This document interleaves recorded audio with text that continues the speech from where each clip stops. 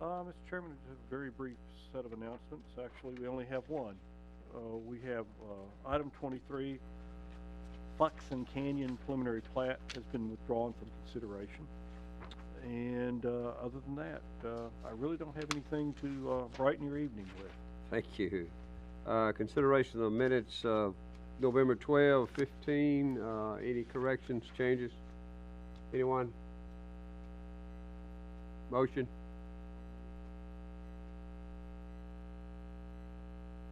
Second? Thank you. Prepare to vote. Vote now. Record it. Motion carries. Thank you. Any old business, Joe? No, sir. Consideration of consent agenda. Perhaps. It's items 3 through 18 on your agenda. Anyone wish to pull an item for separate discussion, please say so now, otherwise we'll take it as a whole. Anyone? Staff? Thank you, Mr. Chairman. We'll begin with item 3. Arrington Retreat, Section 4, performance bond for water, $24,000. Recommendation, convert to maintenance amount of $3,600 for a period of 1 year. Item 4, Arrington Retreat, Section 4, performance bond for wastewater collection, $232,800. Recommendation, convert to maintenance amount of $69,840 for a period of 2 years. Item 5, Arrington Retreat, Section 4, performance bond for roads, drainage, and erosion control, $695,000. Recommendation, extended current amount for a period of 1 year. Item 6, Kings Chapel, Section 6, performance bond for water, $14,000. Recommendation, release the bond. Item 7, Silverstream Farms, Section 4D, performance bond for landscaping, $26,200. Recommendation, extended current amount for a period of 6 months and require completion. Item 8, Silverstream Farms, Section 4E, performance bond for landscaping, $20,460. Recommendation, extended current amount for a period of 6 months.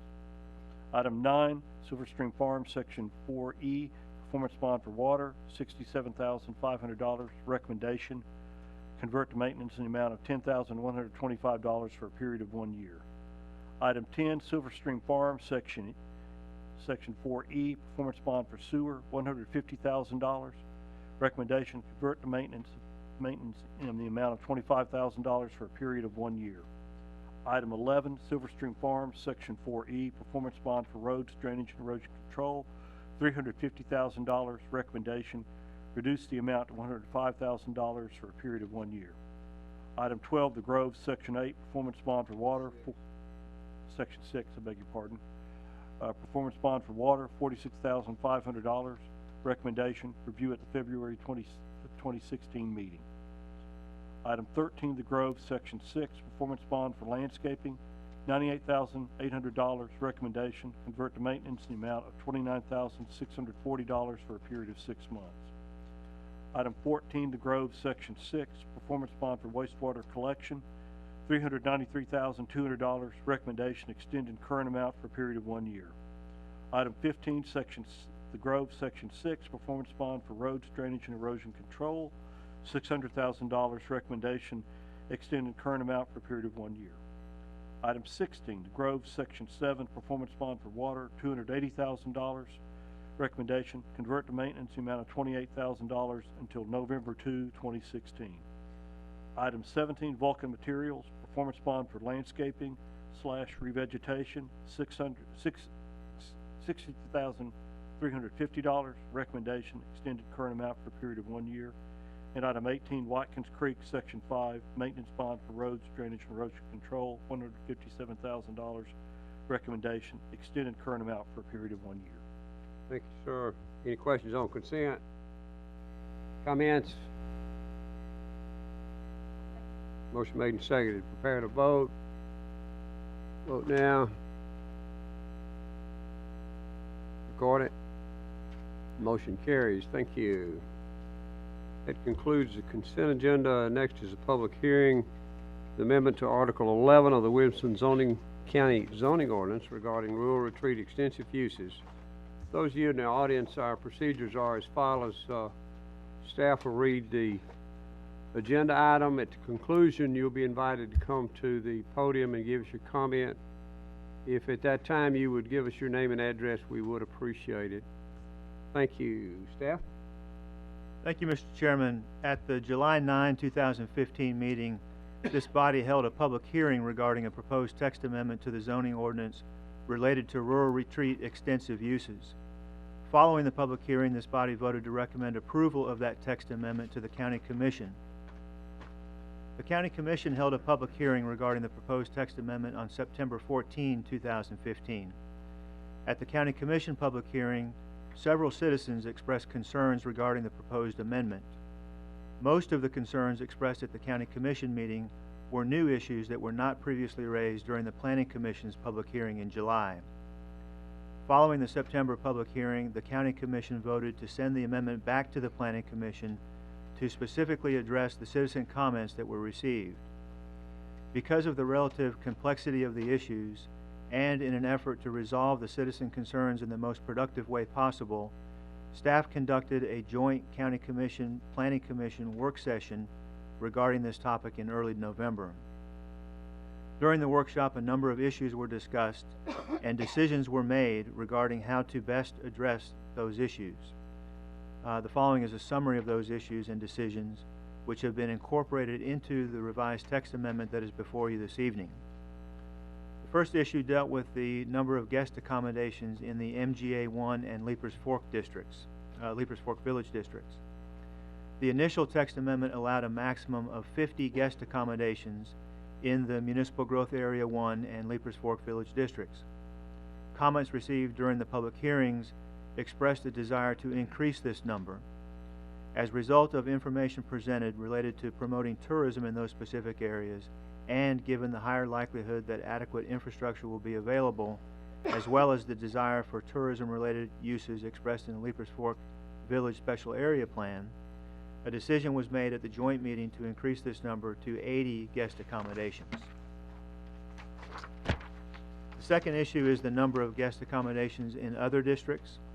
The initial text amendment limited the number of guest accommodations allowed in zoning districts other than MGA 1 and Leapers Fork Village to 20.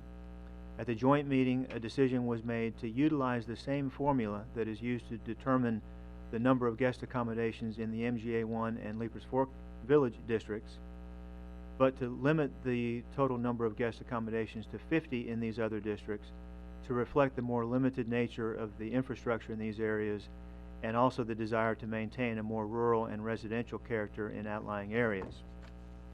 The third issue relates to collector and arterial roadway requirements. The initial text amendment specified that rural retreat extensive uses with an event venue component must be located on a collector or arterial roadway. At the County Commission public hearing, it was suggested that this requirement was overly restrictive.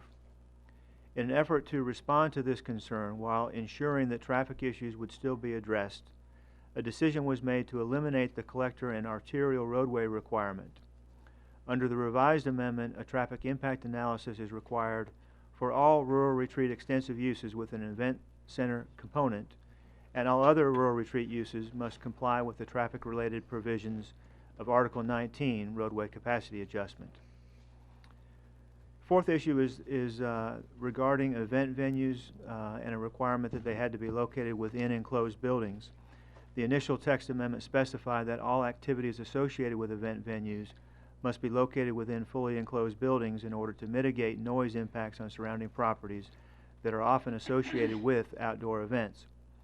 At the County Commission public hearing, it was suggested that this requirement was overly restrictive, and at the joint workshop, a decision was made to specifically reference the type of event activities that must be located within fully enclosed buildings. The revised amendment specifies that any event that includes sound amplification of any kind, and any event where 50 or more people will be in attendance during the hours of 9 p.m. and 8 a.m. must be located within a fully enclosed building. Next issue relates to a day spa component to be located within buildings housing guest rooms. The initial text amendment allowed a restaurant or day spa as a component of rural retreat extensive uses in the MGA 1 and Leapers Fork Village districts, but only if located within a building housing at least 15 guest rooms. This requirement was intended to ensure that any restaurant or day spa use that may occur is clearly incidental to the rural retreat use. At the County Commission public hearing, it was suggested that this requirement was overly restrictive when it comes to day spas. At the joint meeting, a decision was made to remove day spas from this requirement, but to retain the requirements that restaurants must be located within buildings housing at least 15 guest rooms. And the final issue that was discussed at the joint meeting related to building setbacks and setbacks of other activities. The initial text amendment includes a requirement that all buildings, parking, loading, campsites, recreational areas, and other outdoor use areas shall be set back a minimum of 150 feet from property lines, and that buildings used as event venues be set back a minimum of 200 feet from property lines. At the joint meeting, it was decided that these setbacks were not sufficient to protect adjacent properties from the potential negative impacts of these uses, and therefore that these setbacks should be increased. The revised text amendment requires the above referenced features to be set back at least 200 feet from all property lines and at least 300 feet from existing residential dwellings on surrounding parcels. In addition to the changes described above, staff has made some minor modifications to the amendment, which include adding a definition for guest accommodations, revising the definition of guest room, and raising the maximum floor area allowed for conference, event, and/or banquet activities from the 15,000 square feet called for in the initial amendment back to 20,000 square feet, which is the standard currently in place. Staff recommends approval of the revised amendment. Staff also recommends that the attached revised resolution be forwarded to the County Commission for adoption. Thank you, sir. Questions of staff? Oops, public hearing, my bad. Anyone, we'll open it for a public hearing at this time. Anyone wish to make a comment, you're invited to do so now. Thank you, Mr. Chairman, Commissioners. Steve Smith, County Commissioner, 12th District, 404 Chatsworth Court, Franklin. I've spoken several times before in regard to this plan amendment, and I come tonight to speak in particular in favor of the increase from 50 to 80 units in the current version of the amendment. And I'm speaking not as a commissioner per se, but as a board member and past chair of the Williamson County Convention Visitors Bureau. The Bureau's mission is not to develop tourism assets, but to support and encourage and promote them when they are developed. And we see this plan amendment as one that assists projects in our community that will add to our tourism assets that we can in turn promote. This is a local industry that brings in over 1 million visitors a year, generates $400 million in economic impact to our county, supports 3,000 jobs in our county, and anything we can do going forward to support new assets in our community to help attract folks, it benefits all of us economically. So thank you for your support. Thank you, sir. Anyone else?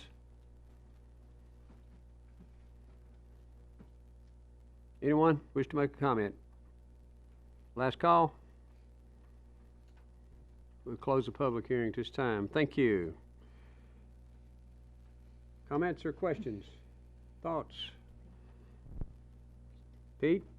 Yes, I've got a question. I like the idea of doing this, but I don't see restricting it to the Leapers Fork village area. They have no more infrastructure there than to do it any of the other places along 840. And I think this is very much creating a increased revenue for the rich and famous end of the county and leaving out the rest of the county.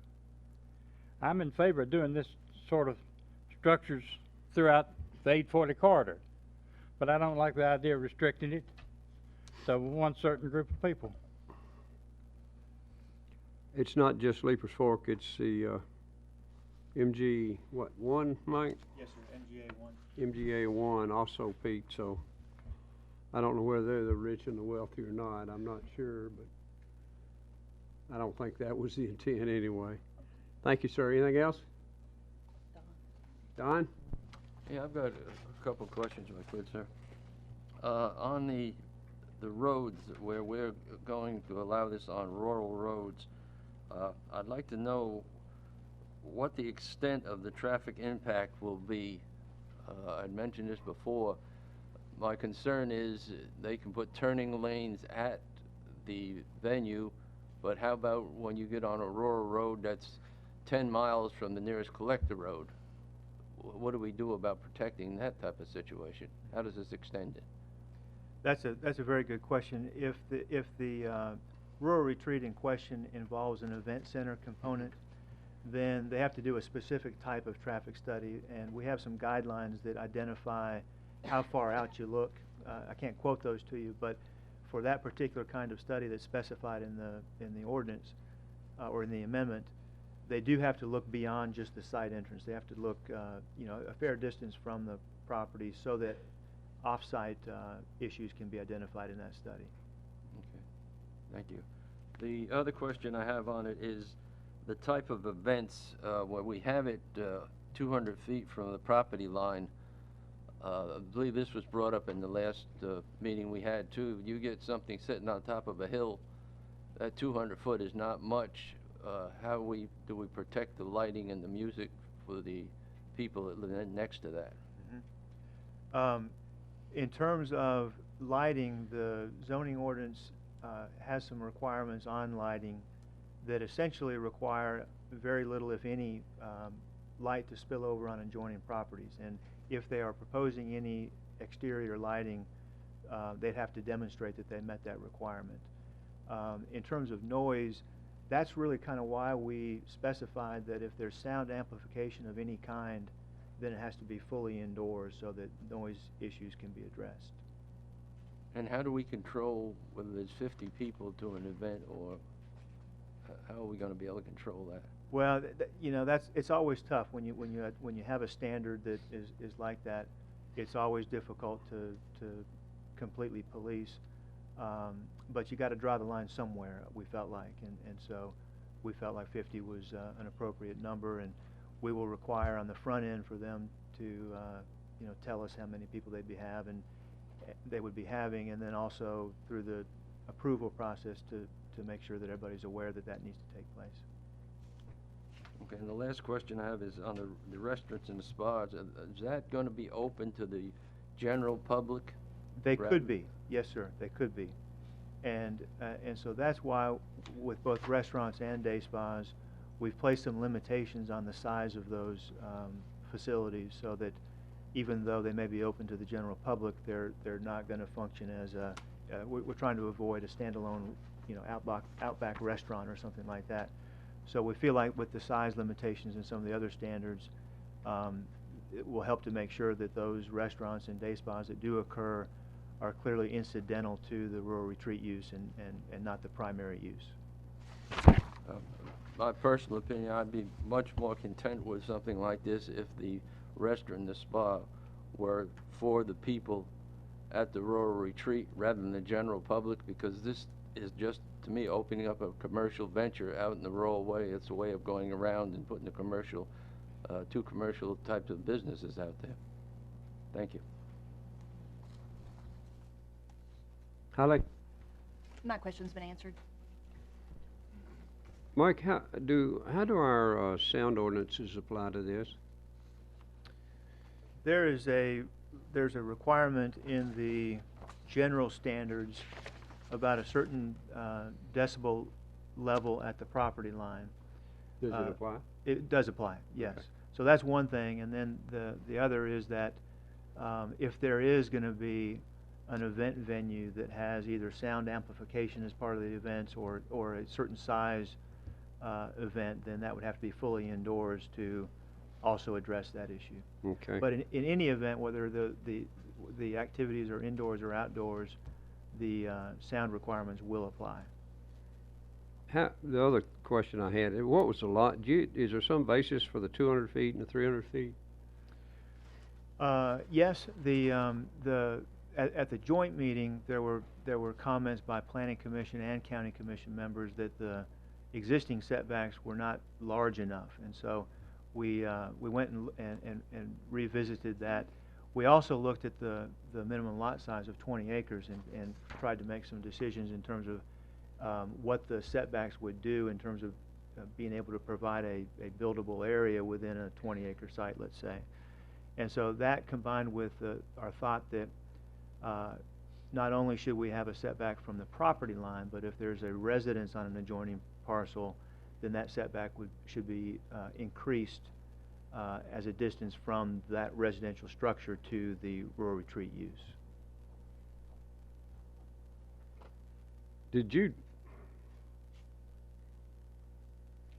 I'm just trying to do the math here in my head, and I probably need a calculator.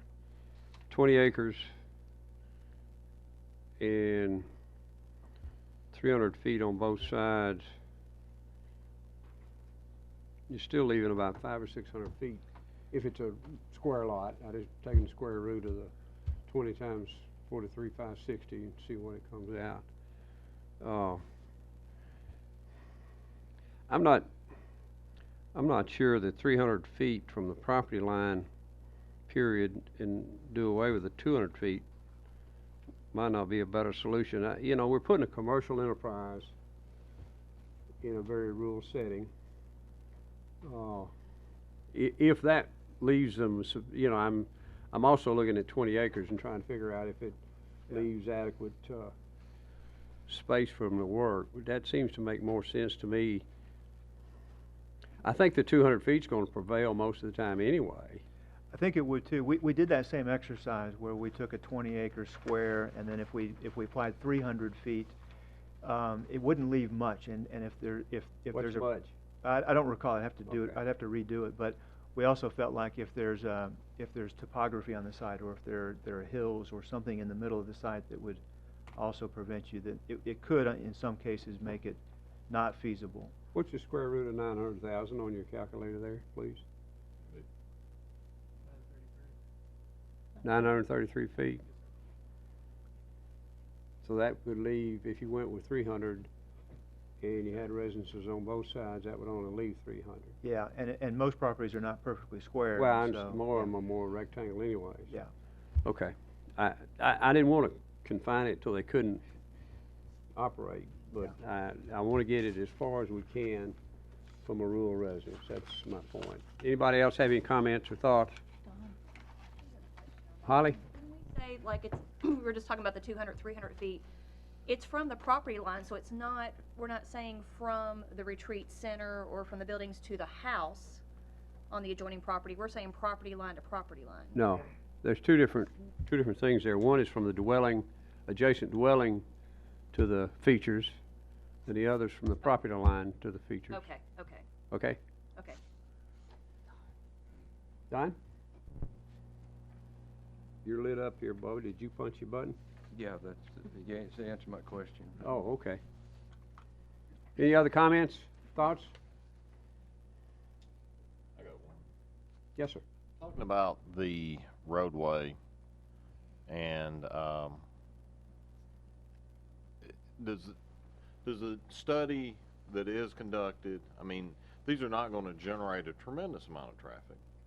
They're going to create some, and if you're looking strictly at traffic generation and that type of stuff, I mean, are there cases where you could be 15 miles down a very rural part of the county? I don't know the entire part of the county, but are there small roads, 15-foot wide roads, that we could be 15 miles down and not have to improve that because the capacity, you know, you got 30 cars going in or 20, you know, it's not like you've got a capacity issue there that cars can get in, cars can get out. But I mean, you know, back to what Mr. Crohan was saying is, do we really want things a long ways from arterial roads or collector roads and that type of stuff? And is there a way to, and maybe that is in that traffic ordinance or the traffic requirement, but just thinking about that, you know, from a commercial standpoint, somebody's been at the day spa out in the middle of nowhere, nice and relaxed on the way home, is that the best situation? Well, so The rural retreats that may have just lodging and a day spa, they're not gonna generate much traffic, as you pointed out. We were really mostly concerned with, rural retreats that have an event center as a component, because typically when you have events, a lot of people come at one time and leave at one time. And so, the way it's set up is that for rural retreats that don't have an event center component, that they just have to do what it would ordinarily have to be done for traffic, which, with very little generation, wouldn't be much. But if they're proposing a higher generating use like an event center, then they would have to look out further, and if they couldn't make the improvements, or if it wasn't feasible, then that's not a very good site for it. Sammy, you got a good point. And I'm going to say this from my judgment and experience of a number of years here. Small subdivisions generally have such minimal impact that there's, even on a poor road, there's little improvements required, which the second thought suggests to me that there may be a need for a mechanism, even doing a traffic study, that says this road has to have this minimum in it as a character, as opposed to relying on the traffic study. Because you're right, 15 cars going to 30 people going to a conference, it's not going to, it could be down a dirt cow path, and you wouldn't have to do anything. So what we may want to look at adding to this is some minimum road character. I don't know if I could describe that or not, that says it has to meet at least this standard no matter what the traffic study says. That may solve a concern that you raised, and I think is a valid one. Anybody else got any thoughts on traffic? Floyd, is there a minimum typical for, I mean, is it 18 foot? No, I mean, the highway department has standards for certain classes of roads that's based on state highway law, and then we have our standards for new subdivision roads, but we don't really apply a specific standard, for a use like this. I mean, if there's a safety issue, I mean, AASHTO has, guidelines based on volume, like you're talking about. And if they meet that, I mean, that's one thing. You could look at the geometry, and if it's substandard based on the minimum AASHTO requirements, but I'm not aware of, county roads out there that would necessarily be a problem. But, I don't know. We could take these to the highway department just like we do concept plans, and see if there are issues that they have in the area. You said they have standards for various Yeah, scales of standards? there are classes of road based on state highway law that they go by in their road list. Is there not one of those that would be a amenable road for commercial enterprise, that, in your judgment? Well, I don't think they apply it that way. I mean, we could talk about that. I just, we've never entered into, that discussion. Well, I just don't think the traffic impact study is going to mean a lot, frankly. For a 80 guest unit, it's just not going to mean that much. It means that the people that live there are going to have to deal with it, because there's not going to be any road improvements. I mean, do you disagree, Mike? Or you think that's going to, an 80 unit guest room is going to generate improvements in the roads? I don't think that the lodging component is going to trigger a lot of improvements, because it's not many trips, and it's a large, at least 20-acre parcel. I think where the concern is with the event centers, and so under this they're required to do the higher brand of study and to look further and probably make more improvements than the rural retreats that don't have that event center aspect. Okay.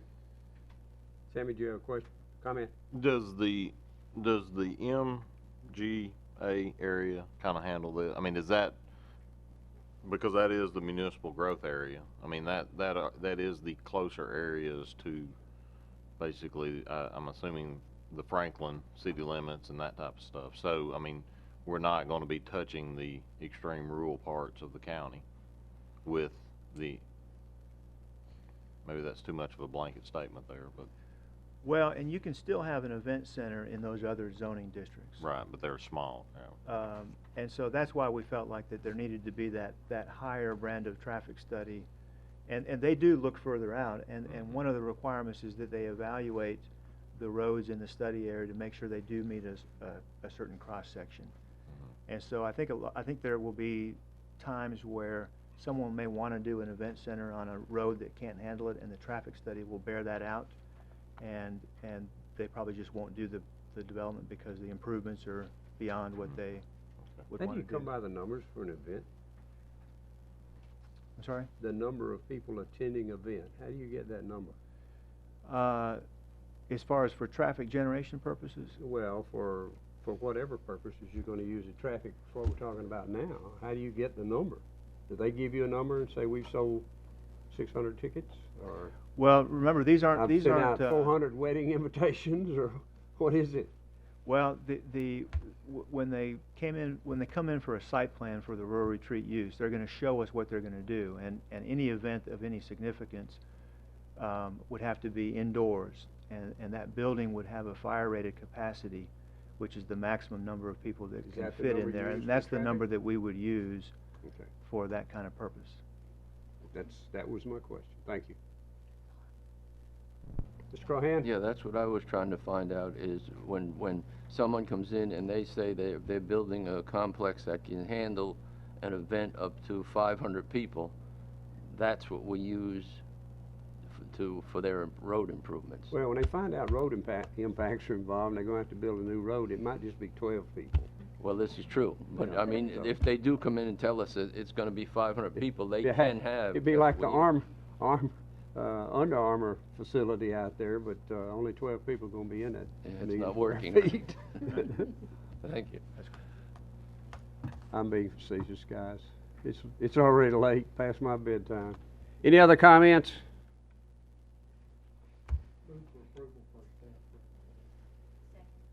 Motion made and seconded. Any further discussion? Prepare to vote. Vote now.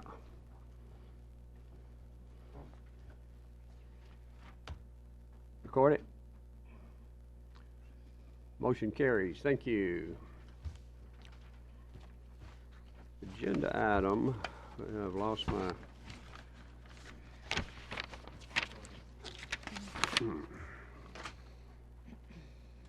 Agenda item 20, non-residential site plan review for Fiddler's Glen, non-traditional wastewater treatment and disposal system on 102.03 acres located off Murfreesboro Road in the 5th voting district. Staff? The applicant is requesting site plan approval for a proposed non-traditional wastewater treatment and disposal system in the Rural Development 1 zoning district. The proposed system will serve a residential subdivision that is planned for the property. The county zoning ordinance requires a site plan for a proposed non-traditional wastewater and disposal system be approved before a concept plan for the use the system will serve may be approved.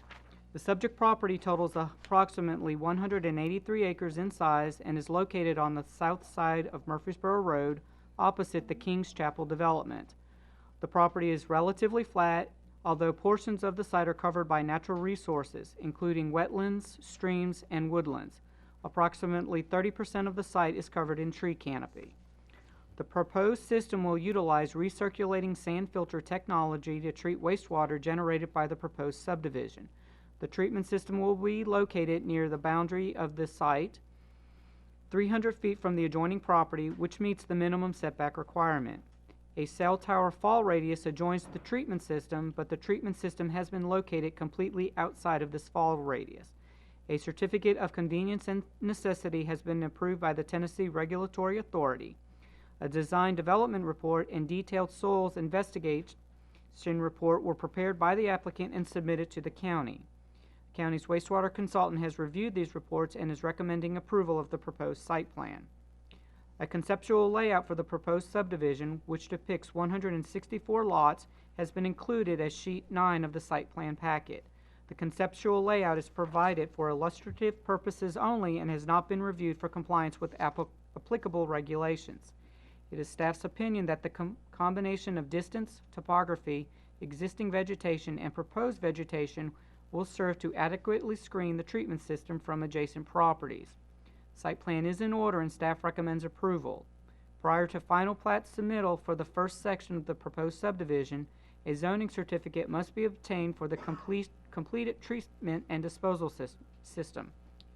Prior to issuance of the zoning certificate, the applicant shall provide the following. Number 1, a letter from TDEC indicating that the non-traditional wastewater treatment and disposal system was installed and is functioning.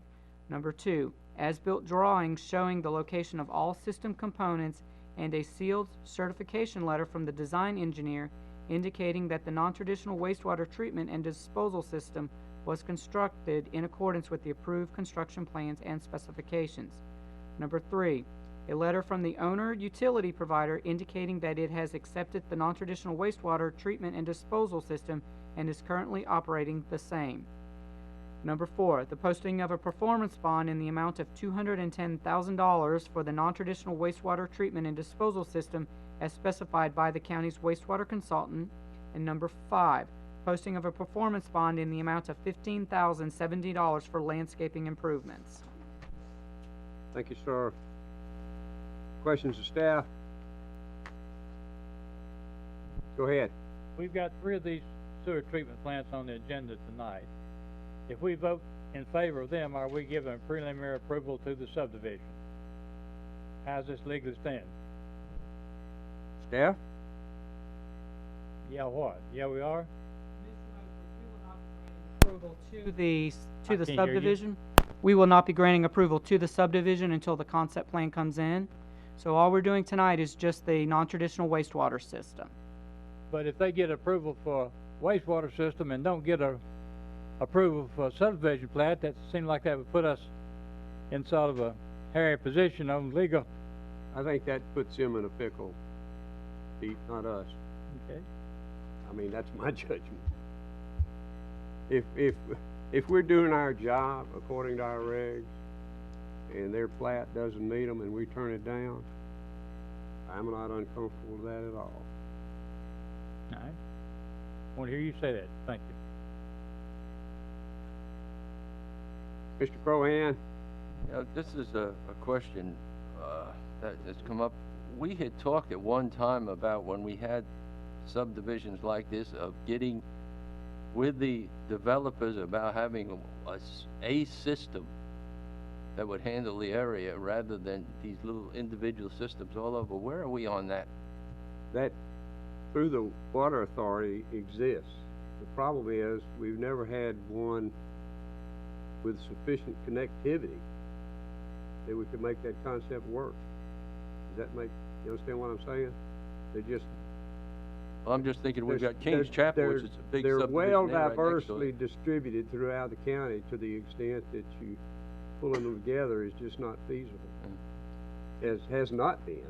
Yeah, and just to add to that real quickly, we allow and would certainly be open to them doing just that. The zoning ordinance doesn't require that. There was a brief period of time where it did, but the Water and Wastewater Authority changed the policy to not require it, but to allow it. And in a lot of there have been some joint use of systems. The Udaly system, where Laurel, the Grove is, and Falls Grove has used that pretty effectively, but it's not a requirement. Right, but do we approach them, you know, when they come in with these things to try to influence them to try to do that? That's what I guess I'm asking. Yeah, it's always part of the discussion at the front end. Sometimes the existing system doesn't have capacity and they can't work it through.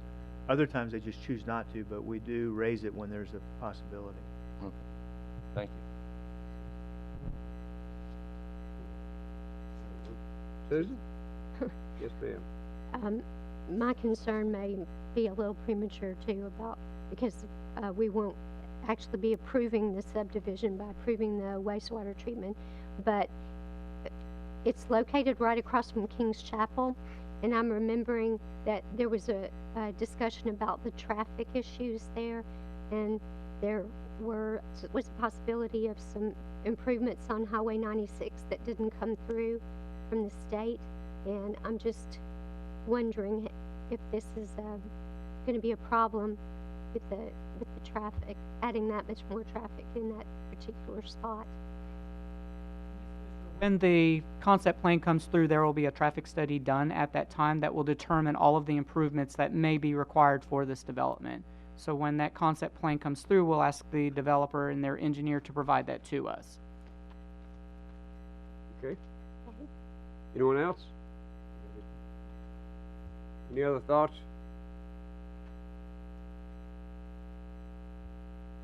Motion?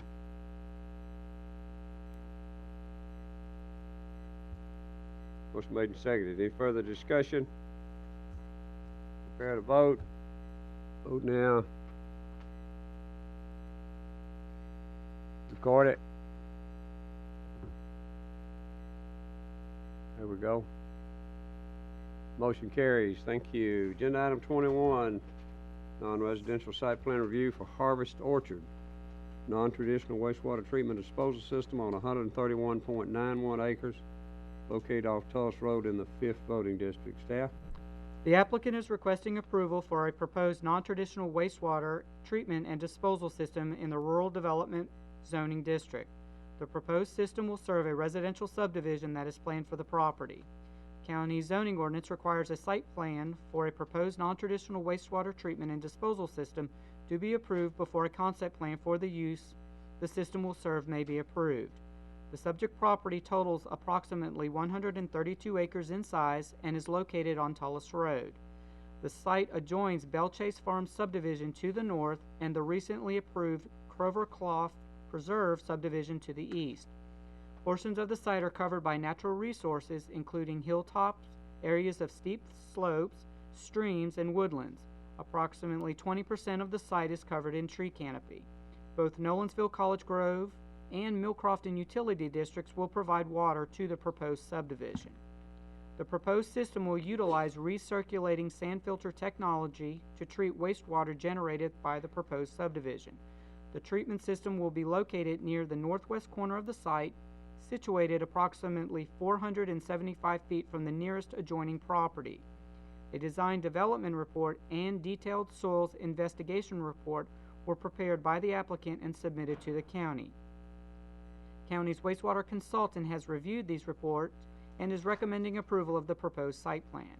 A certificate of convenience and necessity has been approved by the Tennessee Regulatory Authority.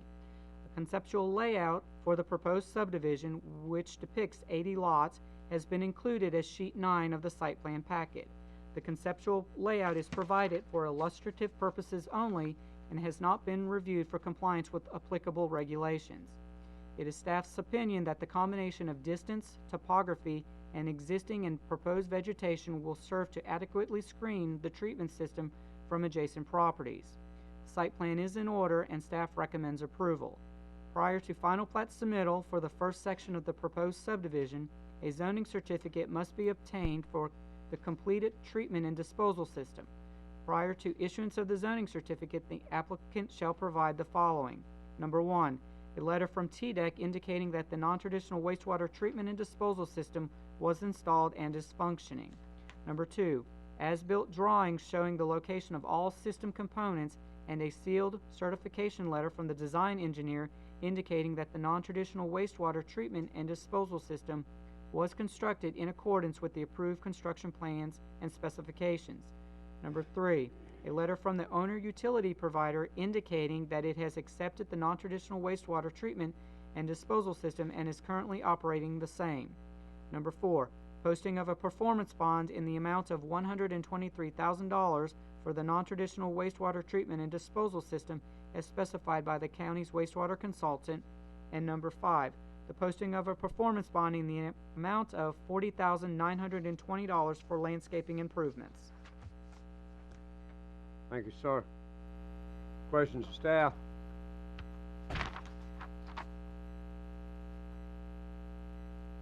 Comments?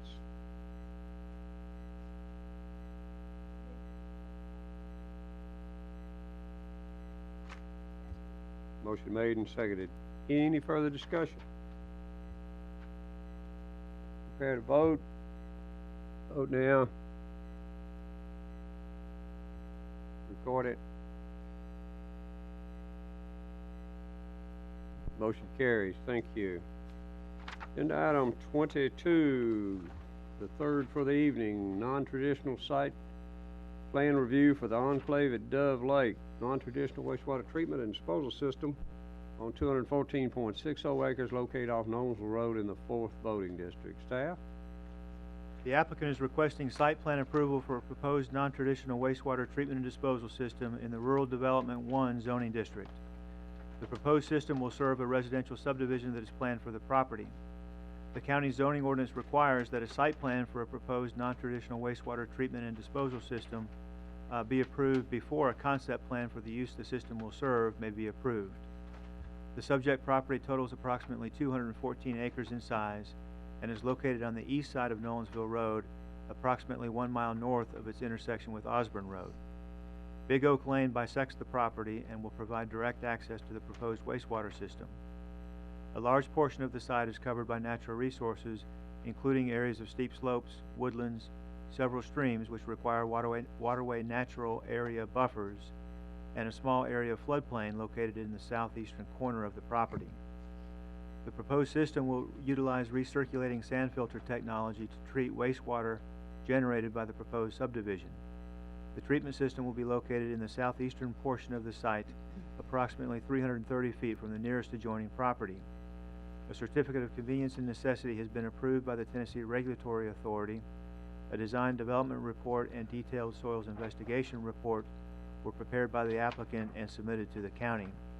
The county's wastewater consultant has reviewed these reports and is recommending approval of the proposed site plan.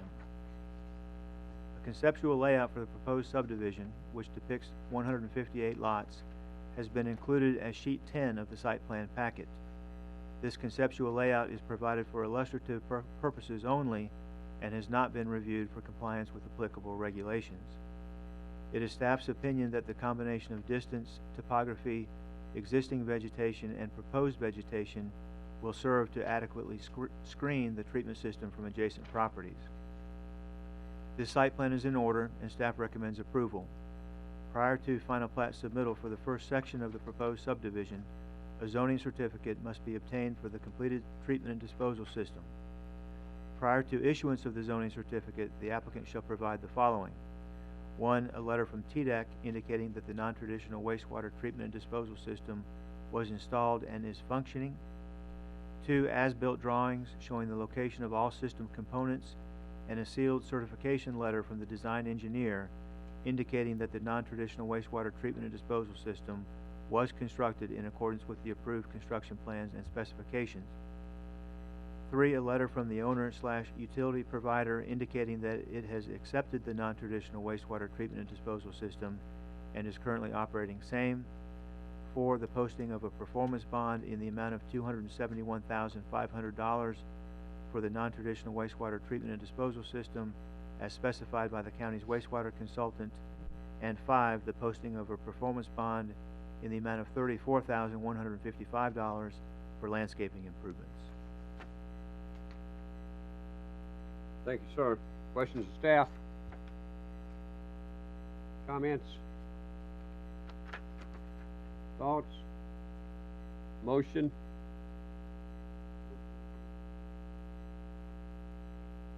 Motion made and seconded. Any further discussion? Prepare to vote. Vote now. Record it. Motion carries. Thank you. Code of Ethics and State Disclosure Reminder. Mike, is that you? I will, and then Christie can jump in as well. Oh, I'm sorry. Uh, Is this a legal matter? You need to work or what here? Yes. You all to all be unethical so I can have more to do. It's just that as the planning commissioners, you're all subject to the code of ethics adopted by the county commission, and so I think some of you have joined the commission since we passed that out, so that's part of it. So you have the code of ethics. And the other thing is the disclosure statement that you have to file with the state every year, as being a member of the planning commission. Don't they normally mail that to us? They do, unless you've done it online. They may just send you an online notification. So you can either file it in paper form, or you can go in where you filed it online before and just do something to update it. When's it due? I think it's due by the end of January. Okay. I Yeah, didn't get today's mail yet. so Just that's those, too just bad. those of you who are Thank you, new, Sammy. that weren't here when this was first implemented, just know that they take this stuff very seriously. Yeah, Brian, you will do hard time if you don't fill this thing out in a federal pen. We already done. I mean, it's crazy, man. Trust me. Because they have some found out the hard way when they didn't do There it. were some, I think, in Hamilton County that got some pretty substantial fines for not doing theirs Yeah. on time, so. If you have any questions, let me know. And if it's Christie's fault if it doesn't work out. Anything else? What?